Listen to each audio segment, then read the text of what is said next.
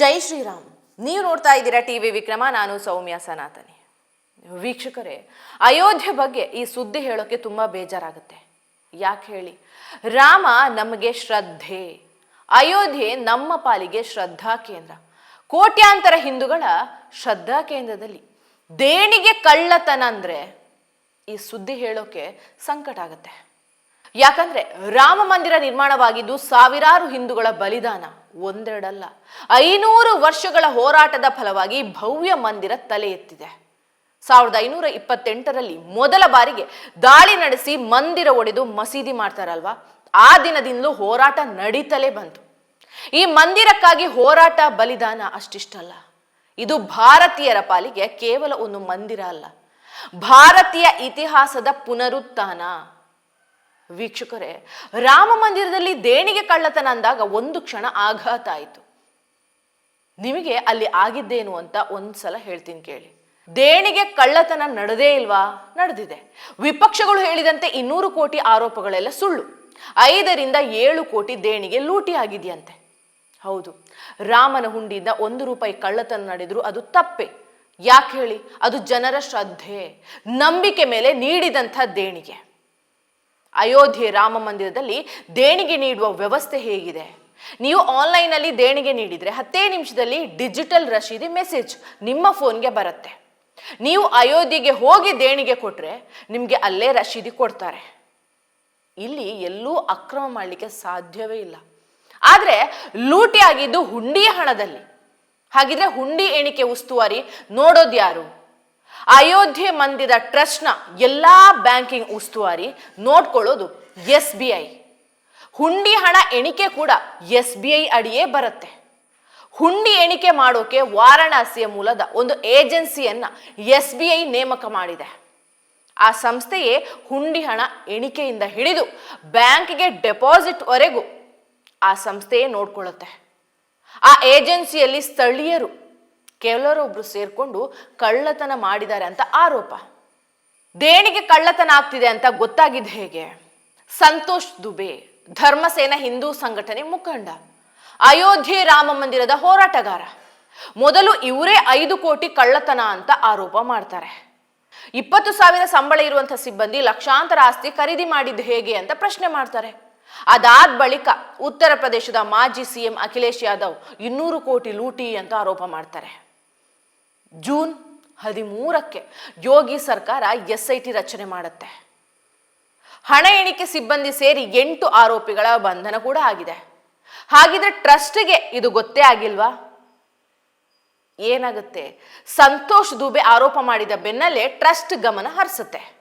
ಇವರೆಲ್ಲ ಎಣಿಕೆ ಮಾಡ್ತಾ ಹಣ ಕಳ್ಳತನ ಮಾಡಿದ್ದಾರೆ ಅಂತ ಮಾಹಿತಿ ಸಿಗುತ್ತೆ. ಆಗ ಟ್ರಸ್ಟ್ ಪ್ರಧಾನ ಕಾರ್ಯದರ್ಶಿ ಚಂಪತ್ ರಾಯ್ ಅವರನ್ನೆಲ್ಲ ಕೆಲಸದಿಂದ ವಜಾ ಮಾಡಿ ಕಂಪ್ಲೇಂಟ್ ಕೊಡೋಕೆ ಮುಂದಾಗ್ತಾರೆ.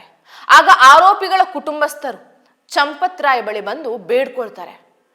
FIR ಎಲ್ಲ ಆದ್ರೆ ಮಕ್ಕಳ ಜೀವನವೇ ಹಾಳಾಗುತ್ತೆ, ಇದೊಂದು ಸಲ ಕ್ಷಮಿಸಿಬಿಡಿ ಅಂತಾರೆ. ಆಗ ಚಂಪತ್ ರಾಯ್ ಕೂಡ ಸುಮ್ಮನಾಗ್ತಾರೆ. ಅದೇ ನೋಡಿ ಅವರು ಮಾಡಿದಂಥ ತಪ್ಪು. ಮಾಹಿತಿ ಸಿಕ್ಕ ತಕ್ಷಣವೇ ಯೋಗಿ ಆದಿತ್ಯನಾಥ್ ಅವರಿಗೆ ಹೇಳಿದಿದ್ರೆ ಇಷ್ಟು ಗೊಂದಲವೇ ಆಗ್ತಾ ಇರಲಿಲ್ಲ, ವಿಪಕ್ಷಗಳಿಗೂ ಆಹಾರ ಆಗ್ತಾ ಇರಲಿಲ್ಲ. ಈಗ ಚಂಪತ್ ರಾಯ್ ಕೂಡ ಪ್ರಧಾನ ಕಾರ್ಯದರ್ಶಿ ಹುದ್ದೆಗೆ ರಾಜೀನಾಮೆ ನೀಡುವ ಪರಿಸ್ಥಿತಿ ಇರ್ತಾ ಇರಲಿಲ್ಲ. ಮಾಹಿತಿ ಸಿಕ್ಕ ತಕ್ಷಣವೇ ದೂರು ದಾಖಲಾಗಿದ್ದಿದ್ರೆ ಆರೋಪಿಗಳನ್ನ ಜೈಲಿಗೆ ಹಾಕ್ತಿದ್ರು. ಈಗ ಚಂಪತ್ ರಾಯ್, ಡಾಕ್ಟರ್ ಅನಿಲ್ ಮಿಶ್ರಾ ನೈತಿಕ ಹೊಣೆ ರಾಜೀನಾಮೆ ಕೊಟ್ಟಿದ್ದಾರೆ. 8 ಜನರನ್ನ ಬಂಧಿಸಿ ಜೈಲಿಗೆ ಕಳಿಸಿದ್ದಾರೆ. SIT ತನಿಖೆ ಮುಂದುವರೆದಿದೆ. ವೀಕ್ಷಕರೇ, ಅಯೋಧ್ಯೆಯಲ್ಲಿ ಈವರೆಗೂ ಇಷ್ಟು ಡೆವಲಪ್ಮೆಂಟ್ ಆಗಿದೆ. ಈಗ ರಾಜಕೀಯಕ್ಕೆ ಬರೋಣ. ಕಾಂಗ್ರೆಸ್ ನಾಯಕರಿಗೆ ಈಗ ರಾಮ ಮಂದಿರದ ಮೇಲೆ ಎಷ್ಟು ಪ್ರೀತಿ ಅಂದ್ರೆ ಒಬ್ಬೊಬ್ಬ ನಾಯಕರ ಹೇಳಿಕೆ ನೀವು ಕೇಳಲೇಬೇಕು. ಅಬ್ಬಾಬಾ, ಜನರ ನಂಬಿಕೆ ಮೇಲಿನ ದಾಳಿ, ಅಯೋಧ್ಯೆ ಅಂತ ಶ್ರದ್ಧಾ ಕೇಂದ್ರದಲ್ಲಿ ಹೀಗಾದ್ರೆ ಹೇಗೆ? ಕೋಟ್ಯಾಂತರ ಹಿಂದೂಗಳ ಶ್ರದ್ಧೆ ಮೇಲೆ ಘಾಸಿಯಾಗಿದೆ. ಇದಕ್ಕೆಲ್ಲ BJP ಮೋದಿ ಸರ್ಕಾರವೇ ಹೊಣೆ. ಒಬ್ರ ಇಬ್ರ 10 ನಾಯಕರು ಆರೋಪ ಮಾಡ್ತಾ ಇದ್ದಾರೆ. ನೋಡಿ, ಒಂದೇ ದಿನ ಒಂದು ಅಯೋಧ್ಯೆಯಲ್ಲಿ ಮಂದಿರ ಆಗ್ಲಿ ಅಂತ ಹೇಳಲಿಲ್ಲ, ಮಂದಿರಕ್ಕೆ ಹೋರಾಟ ಮಾಡಲಿಲ್ಲ, ಅಯೋಧ್ಯೆ ಮಂದಿರದ ಉದ್ಘಾಟನೆಗೆ ಆಮಂತ್ರ ಕೊಟ್ಟರೂ ಕೂಡ ಹೋಗ್ಲಿಲ್ಲ. ಬಾಬ್ರಿ ಮಸೀದಿ ಪರ ವಾದ ಮಾಡಿದಂಥ ಲಾಯರ್ ಯಾರು ಅಂತ ನೀವೇ ನೋಡಿ. ಇಂಥವರೆಲ್ಲ ಇವತ್ತು ಅಯೋಧ್ಯೆ, ರಾಮ, ಶ್ರದ್ಧೆ ಹೀಗೆಲ್ಲ ಮಾತಾಡ್ತಾರೆ. ಅಯೋಧ್ಯೆಯಲ್ಲಿನ ರಾಮನ ಅಸ್ತಿತ್ವವನ್ನೇ ಪ್ರಶ್ನೆ ಮಾಡಿದವರು ಇವತ್ತು ರಾಮ ಭಕ್ತರ ಬಗ್ಗೆ ಮಾತಾಡ್ತಾ ಇದ್ದಾರೆ. ಹೌದು, ಅಯೋಧ್ಯೆ ಮಂದಿರದ ಉದ್ಘಾಟನೆಗೆ ರಾಹುಲ್ ಗಾಂಧಿ ಯಾಕೆ ಹೋಗ್ಲಿಲ್ಲ? ಮಂದಿರ ಉದ್ಘಾಟನೆಗೆ ನಾನು ಹೋಗ್ತಾ ಇದ್ದೆ, ಬಿಜೆಪಿ ನಾಯಕರೆಲ್ಲ ಸೇರಿ ಅದು ಬಿಜೆಪಿ ಕಾರ್ಯಕ್ರಮ ಮಾಡ್ತಾ ಇದ್ದಾರೆ ಅಂತ ಆರೋಪ ಮಾಡಿದ್ರಲ್ವಾ? ಅದಾದ ನಂತರ ಹೋಗ್ಬೇಕಾಗಿತ್ತಲ್ವ ರಾಮ ಮಂದಿರಕ್ಕೆ? ಯಾಕೆ ಹೋಗ್ಲಿಲ್ಲ ಹೇಳಿ?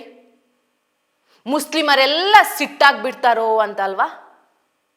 ಮುಂದಿನ ವರ್ಷ ಉತ್ತರ ಪ್ರದೇಶದ ಚುನಾವಣೆ.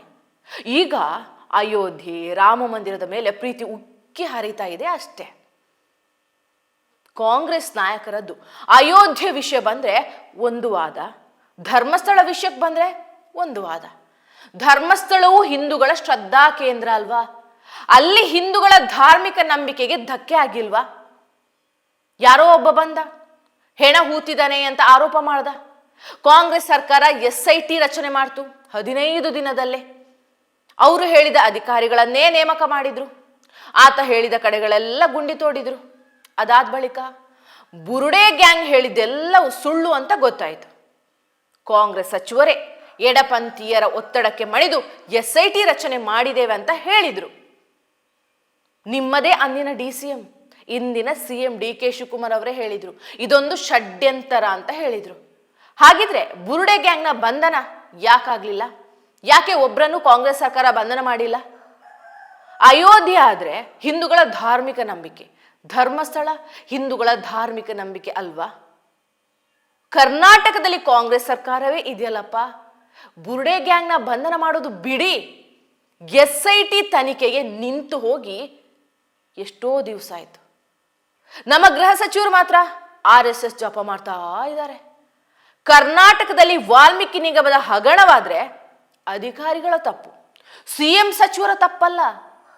ಅಯೋಧ್ಯೆ ದೇಣಿಗೆ ಕಳ್ಳತನ ಆದ್ರೆ ಉತ್ತರ ಪ್ರದೇಶದ CM ಯೋಗಿ ಆದಿತ್ಯನಾಥರದ್ದು ತಪ್ಪು, ಪ್ರಧಾನಿ ಮೋದಿಯದ್ದೇ ತಪ್ಪು. ಇದ್ಯಾವ ಲಾಜಿಕ್? ಕಾಂಗ್ರೆಸ್ನ ರಾಜ್ಯಸಭಾ ಸಂಸದ ರಾಜೀವ್ ಶುಕ್ಲಾ ಏನ್ ಹೇಳ್ತಾರೆ? ಈಗಿರೋ ಟ್ರಸ್ಟ್ ರದ್ದುಗೊಳಿಸಿ ಹೊಸ ಟ್ರಸ್ಟ್ ರಚನೆ ಮಾಡಿ ಆ ಟ್ರಸ್ಟ್ ನಲ್ಲಿ ಧಾರ್ಮಿಕ ನಾಯಕರು ಮಾತ್ರ ಇರಲಿ, RSS BJP ನಾಯಕರು ಯಾಕಿರ್ಬೇಕು ಅಂತ ಪ್ರಶ್ನೆ ಮಾಡಿದ್ದಾರೆ. ರಾಜೀವ್ ಶುಕ್ಲಾ ಅವರೇ, ಈಗಿನ ಟ್ರಸ್ಟ್ ನಲ್ಲಿ ಬಹುತೇಕರು ಧಾರ್ಮಿಕ ನಾಯಕರೇ. ಮಂದಿರಕ್ಕಾಗಿ ಹೋರಾಟ ಮಾಡಿದ್ದು RSS BJP. ಸಾವಿರಾರು ಜನರ ಬಲಿದಾನ ಆಗಿದ್ದು ಕೂಡ RSS BJP ಅವರದ್ದೇ.